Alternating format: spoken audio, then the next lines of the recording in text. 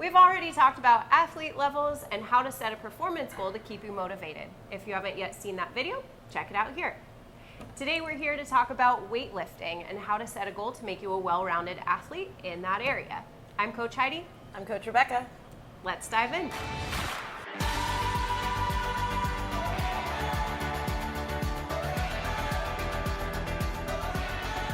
So if I'm a beginner, what movements should I aim to learn? Yes, you want to focus on the three fundamental movements of life: deadlifting, squatting, and pressing.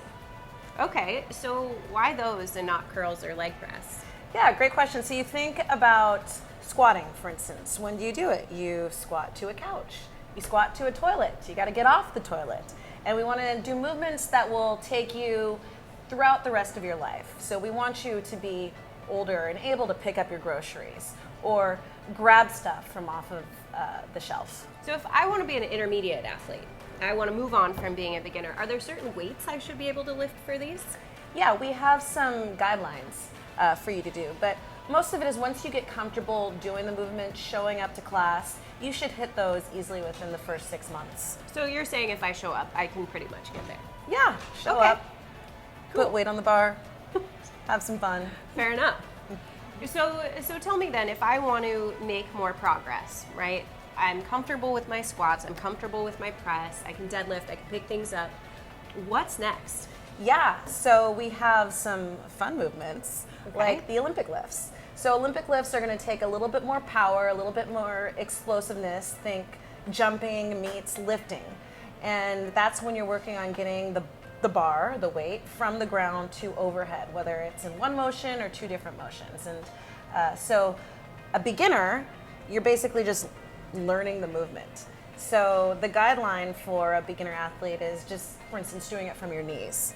And then moving on from there, it's actually learning different positions. So it becomes a little bit more challenging, I guess, but still something that you can get to within the first year.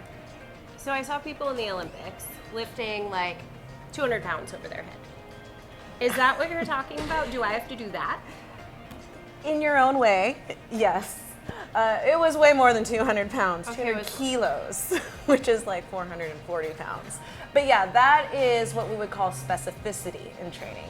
And for those, we're talking expert level. So no, you're not going to come in and expect it to be an expert. Those are things that really, if you want to get good at it, you have to make it like any sport, your practice, your daily practice. Okay, I've passed beginner. I feel like I'm comfortable with the movements. I want to move on and really set a goal to get strong or work on all the movements that I need. What's next and how do I get past being an intermediate athlete? Yes, so for intermediate athletes, we're looking to be a more well-rounded strength athlete. So you have the deadlift, the back squat. For those numbers, we're looking, for instance, back squat 5 times at 155 for a woman, which is about body weight, maybe a little bit more, maybe a little bit less, but it's kind of that body weight area. Same thing for men, it's at 225. So you've gotten practice underneath the weights, underneath the bar, and we're doing the Olympic lifts now from the ground, which requires a little bit more precision, a little bit more strength in those static lifts. So what you're saying is you're not really messing around. Like these aren't weights that I came into the gym being able to lift, right? Yeah. Okay. You've definitely been practicing it. I would say for like a year. A Okay. year is a good goal to get to a point where you're confident that when you get under that bar, you can squat it or you can pick it up from the ground.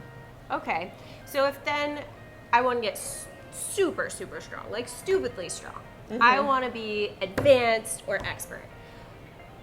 What's next? That's a great question. So that is where you're going to have to start prioritizing mobility. So we're talking about squatting, for instance, getting down. So we didn't really talk about how far down is down. So do you have tight ankles? Do you have tight hips? If we're talking about shoulder to overhead, do you have a good overhead position? Being aware of those things is going to be important if you want to hit those heavier numbers. So what I'm hearing is that I don't just get to come in and do the things in class and then walk away. I actually have to take being an athlete more seriously. Yes. Okay, so I think that makes sense. Sky's the limit, right? So what does the expert level look like? So the expert, I would say, is more specificity.